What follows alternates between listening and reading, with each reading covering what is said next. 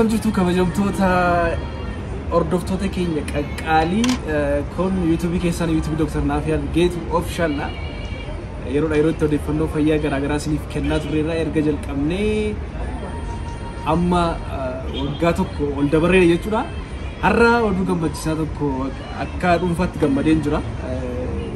Kun hojii makeessan kun tumsa keessanirraan kan ka'e YouTube'n dhaabbanni company YouTube subscribers kuma 100 waan dabarreef badhaasa silver award kan jedhu nuuf ergee jira. Badhaasa kana akkuma argitan gaafa naqee fuudhuu argitaniitu maal akkas keessa jiru beenu waan as keessa jiru gaa walumaan ilaallu namoonni nu bira dhaabbatanii hanga dhumaatti hojii kee jaallattanii jajjabeessaa turtan galatumaas ni jedha. Keessi isaa maal akka jiru walumaan bannee ilaalla. Badhaasa kana arguudhaaf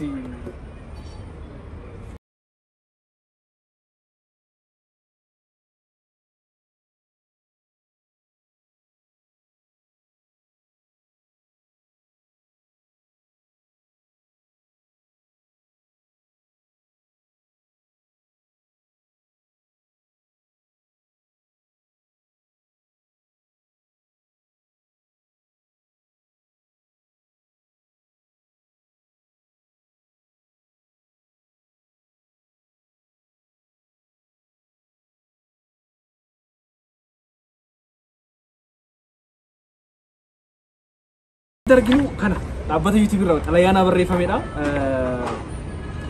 Do you remember your first subscriber, your 100 or your 1000 subscriber?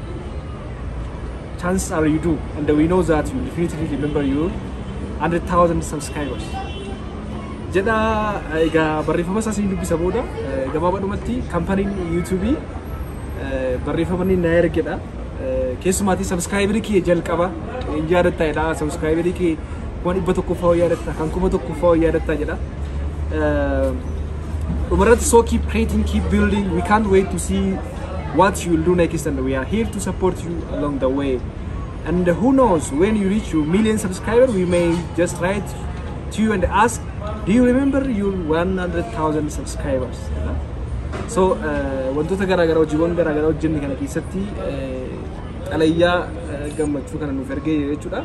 Suusaan hojii kedha YouTube CEOdha. Inni guddaan gamma kun congratulations on your subscribers milestone jedha. Kan argaa jirtan ishee kana. Oh, kun nama tokko hawaalaan koomiti. Let's.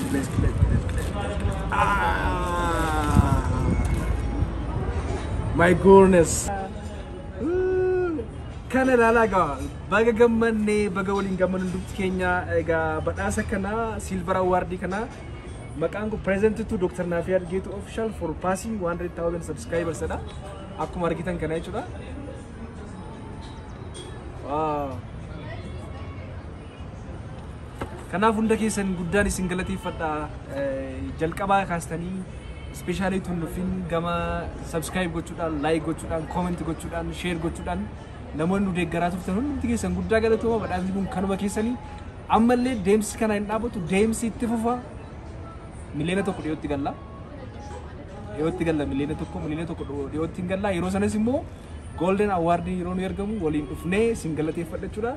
Kanaaf har'a badhaafamaa kana ta'ee jira jechuudha. Namoonni na tubsitan, na deeggartan hundumti keessan kallattiin dhumaan na bira dhaabbachaa turtan. Share gochuudhaan, subscribe gochuudhaan, namoota kaanitti illee beeksisuudhaan kabaja argadhaa, ulfina argadhaa isin jedha. Kanarraa guyyaa gammachuuti. Dhugaadha. Baay'ee nama gammachiisa. Kanarraa wanti hubannu namni jabaatee hojjetu kamiyyuu ni milkaa'a.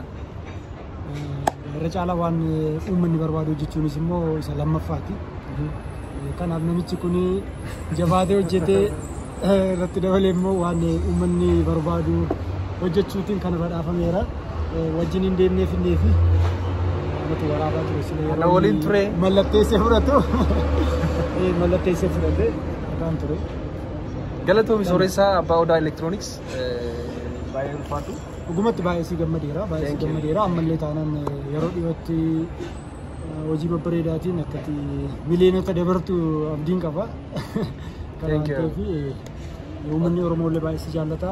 Asumarraan immoo warreen kaanis warreen reef subscribe gootanis hiriyoota keessan affeeraa gorsi fayyaa baay'eetu jira.